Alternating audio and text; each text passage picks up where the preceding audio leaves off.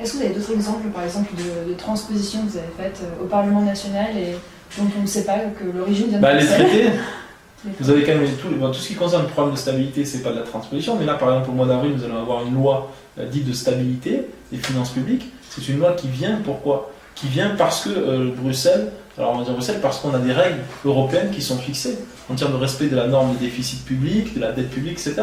La même chose, même j'ai envie de dire les lois de finances, les lois de finances rectificatives. Aujourd'hui, vous avez ce qu'on appelle un semestre européen qui est fait en matière budgétaire, et donc il y a beaucoup de choses qui sont faites pour que justement il y ait une meilleure harmonisation entre les politiques budgétaires nationales et la politique budgétaire communautaire. Et donc, quand on parle de loi de finances, on dit que c'est une loi nationale, certes, mais elle est largement influencée par les objectifs fixés au niveau des traités européens. Donc c'est un exemple concret. Le prochain, en avril, on va avoir ce programme de stabilité, cette ratification. On a eu le débat aussi pendant la ratification du traité, avec ce débat, vous savez, de savoir s'il fallait un volet croissance, pas croissance, etc. Et tout le débat qu'on a eu, ça aussi c'était une transposition. On a eu un certain nombre de points comme ça qui sont une transposition de directive européenne. Puis on a des sujets qui sont plus, si vous voulez, ça irrigue dans chaque loi en fait. Donc, mais après on ne le voit pas toujours.